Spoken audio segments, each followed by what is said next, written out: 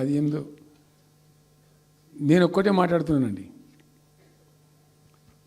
Business meet పెడతాం, ఎంఓయూలు చేసుకుంటాం, ఏ ప్రభుత్వం చేయాల్సిందే. అడ్డగోలు జమాబందీ దానికి లెక్కలేని కథ అంటే ఏందన్నట్టు ఒక హైప్ క్రియేట్ చేసుడు, దీనికి ఆచుడు, దీనికి గురువు చంద్రబాబు నాయుడు. చంద్రబాబు నాయుడు చెప్పిన లెక్కల బిజినెస్ వచ్చేది ఉంటే, ఎంఓయూలు సక్సెస్ అయ్యేది ఉంటే ఆంధ్రప్రదేశ్లో ఈపాటికి 20 లక్షల కోట్లు వచ్చి ఉండాలి. ఆయన ఫస్ట్ టైం అలా సీఎం ఉన్నప్పుడు ఆ ఊళ్ళో పెట్టే కదా, వైజాగ్లో, అమరావతిలో కదా, వైజాగ్లో పెట్టిండు. వైజాగ్లో ఎవరు వెళ్ళి ఎంఓయూలు చేసిన వాళ్ళంటే వంట మనుషులు అని చెప్పిండ్రు. ఆ స్టార్ హోటల్లో బయట వంట మనుషులు, వాడు ఎవడ సప్లై చేసేటోళ్ళు, వాడు వచ్చి కూర్చోపోయి సంతకం పెట్టే పెట్టిండు వాడు పాపం. అవునా అంటే పాపులర్ అయింది అది. ఇప్పుడు మరి ఎక్కడ ఆ పెట్టుబడులన్నీ ఎక్కడ చెప్పండి. ఆఖరికి 10,000 కోట్లు అన్న రావాలి, 15 లక్షల కోట్లు, 6 లక్షల కోట్లు, 8 లక్షల కోట్లు.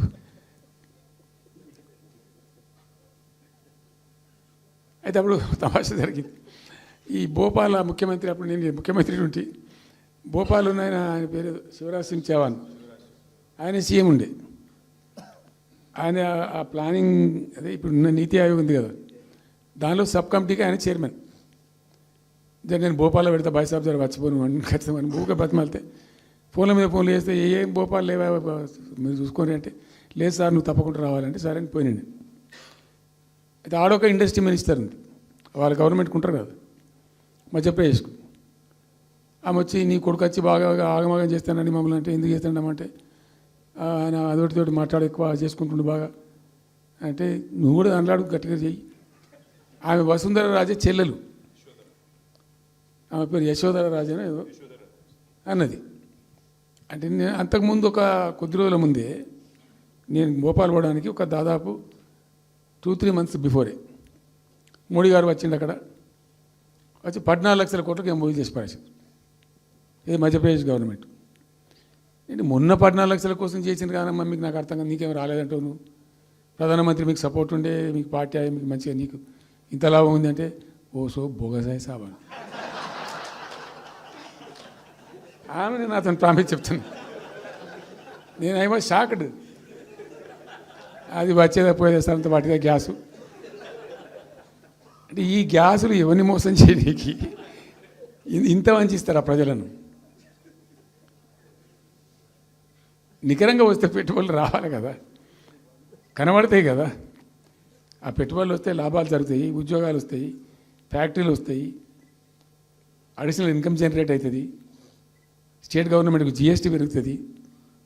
ఏం లేదు, వాటిదే గ్యాస్.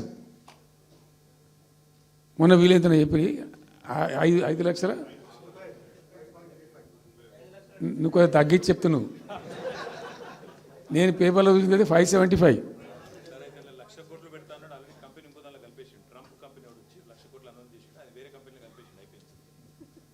ఇట్లా ఇది ఏమి ట్రంప్ ఓడి గింపి ఇదంతా ఏం పంచాయతీ?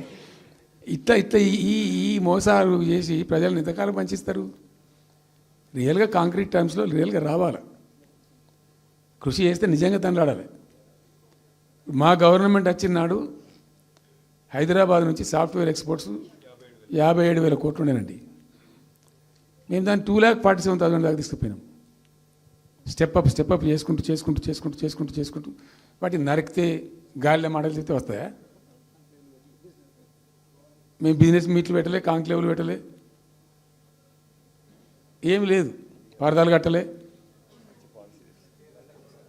బెస్ట్ పాలసీ చేస్తే ఆటోమేటిక్గా అట్రాక్ట్ అయి వస్తారు. నేను చెప్పిన అప్పుడు ఒక ఆయన ఉండే, పాప ఆయన చీఫ్ సెక్రటరీ కూడా రిటైర్ అయ్యిండు, ఆయన పేరే ఉండే మాధవరావు అల్లుడు ప్రదీప్ చంద్రకు చెప్తే ఆయన పాలసీ తయారు చేయమని చెప్తే తెప్పించండు. పాపం చాలా దేశాలకు తెప్పించండు. ఒక 50 సార్లు రిజెక్ట్ చేసిండు.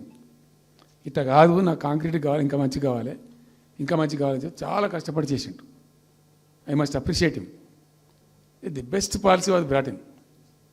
తెచ్చిన తర్వాత కూడా ఎట్లుంటుందంటే, ఒక కంపెనీ వాడు వచ్చిండు, ఫాక్స్కానా ఆ మహారాష్ట్రలో కొట్టుకుపోయింది. ఫాక్స్కాన్ అనే కంపెనీ చాలా పెద్ద కంపెనీ వాస్తవానికి. ఇదేవి తయారు చేస్తారు ఈ సెల్ ఫోన్లు ఇవన్నీ ఎలక్ట్రానిక్స్లో ఉన్నాడు. చాలామంది ఉమెన్కి ఎంప్లాయ్మెంట్ దొరుకుతుంది దాంట్లో, వేల మందికి. సరే వస్తే మనకు కూడా లాభం జరుగుతుంది. వాని ఎంబడి మస్తు దానిలో ఆల్మోస్ట్ వచ్చిండు, 90% వచ్చిండు. మీ పాలసీ బాగుందని అప్రిషియేట్ చేసి అన్ని చేసిండు. యాళ్ళకు వస్తే మహారాష్ట్ర ప్రభుత్వం 3,000 కోట్ల రూపాయలు వానికి నగదు ఇన్సెంటివ్ ఇస్తాను వాడు కొట్టుకుపోయాడు. 3,000 crores ఎదురిస్తేనే నీకు డబ్బులని తీసుకుపోయాడు. అప్పుడు మనకు అంత కెపాసిటీ లేకుంటే సరే రియల్ ట్రై చేస్తే, కాంపిటీషన్ ఉన్నప్పుడు ట్రై చేస్తే కొన్ని సందర్భాలు జరుగుతాయి, కొన్ని జరిగాయి. ఉన్నట్టు తెలుసు, కట్టండి కదా, నడుస్తుంది కదా, ఫ్యాక్టరీ స్టార్ట్ కూడా అయింది కదా ఆల్రెడీ. సో అట్లా రియల్ ఎఫర్ట్ చేస్తే కొంత జరిగేటువంటి ఆస్కారాలు ఉంటాయి. ఇప్పుడు వెల్స్ పన్ కానీ, వరంగల్లో వస్తున్నటువంటి మెగా టెక్స్టైల్ పార్క్లో కైటెక్స్ కానీ, చాలా వాళ్ళు ఎంబడివాడి తనలాడి తిప్పలవాడి అది చేసి చేసి చేసి చేసి చేసి పట్టుకొస్తే ఓటీ ఓటీ ఓటీ ఓటీ సమకూరుకుంటూ పోతుంటుంది. కానీ వట్టి హైప్ క్రియేట్ చేసి మందిని మోసం చేసి ఎన్ని రోజులు ఇస్తుంది? ఆత్మవంచన, ప్రజావంచన. ఏమైనా వస్తుందిరా బాబు అంటే ఏమి రాదు. ఈ గ్యాస్ల ప్రజలను పెట్టి ఇప్పుడు ఇస్తాన 2,500 దిక్కులేదు మహిళలకు, 1,000,000 మంది మహిళలను కోటీశ్వర్లను చేస్తాం. కాంగ్రెస్ మంత్రులంతా ఒకటే పాట పాడు, ఏమి ఎట్లా చేస్తావా 1,000,000 మంది మహిళలను కోటీశ్వర్లను? నీ దగ్గర ఉంటేనా? ఉన్న రెవెన్యూ పీకింది రాష్ట్రాన్ని, లోపలికి అయిపోయింది. మేము ఉన్నప్పుడు గ్రోత్లో 50% లేదు. అసలు మీకు గ్రోత్ గురించి అవగాహన ఉందా? ఒక్కొక్క రూపాయి కూడబెట్టాలి, ఎట్ట తీసుకుపోవాలి. నేను ముఖ్యమంత్రి అయిన తర్వాత నన్ను ఎంతమంది టెంప్ట్ చేసినా ఐఏఎస్ ఆఫీసర్లు వాళ్ళు వీళ్ళు, ₹1 రిజిస్ట్రేషన్ ఛార్జ్ పెంచారు నేను 4 ఏళ్ళ దాకా. Not even single rupee. ఉల్టా నేను వాళ్ళని పిలిచి మీకు ఏం కావాలి, రియల్ ఎస్టేట్ బాగా మంచిగా చేసుకుపోవాలి, హై క్లాస్ రావాలి అంటే ఎట్లా? హైదరాబాద్లో కూడా స్కై లైన్ రావాలని చెప్పి 3 ఏళ్ళు తిప్పలవాడనండి నేను, 3 years. ఎందుకంటే స్కై లైన్ రావాలని నోటి మాట అంటే రాదు, దానికి కూడా ఎక్కువ కావాలి. ఆ 50 అంతస్తులు 60 అంతస్తులు మీదకి పోయి కట్టేటువంటి ఆ క్రేన్ ఆపరేటర్లు, క్రేన్ డ్రైవర్లు, దానికి సంబంధించిన సరంజామా అంత ఉంటుంది. ఆ ఎక్కువ వస్తే ఆ స్కై రైజ్ వస్తుంది. ఆ ఎక్కువ తేవడానికి చాలా కష్టపడాల్సి వచ్చింది. ఇప్పుడు ఈ రాజభవన్ పక్కనే గేట్ పక్కన ఒకటి ఉంటుంది చూడండి, కాదు ఒక టవర్ ఉంటుంది ఒకటి. నేను అప్పుడు నేను పోతుంటే ఈ పునాది తీసిండు, మంచి స్పాట్ ఇది, వాటర్ ఫ్రంట్ ఉంటుంది హుసేన్ సాగర్. అతను చెప్పుండే మనం స్కై లైన్లో భాగంగా ఇద్దాము, 50 అంతస్తులకు ఇద్దామని చెప్పి ఆగమంటే ఆయన ఎవరో రాజుగారు ఆగలే, ఆయనకు అంతకే కట్టుకున్నాడు పాపం. It took me 3 years to bring sky line to Hyderabad.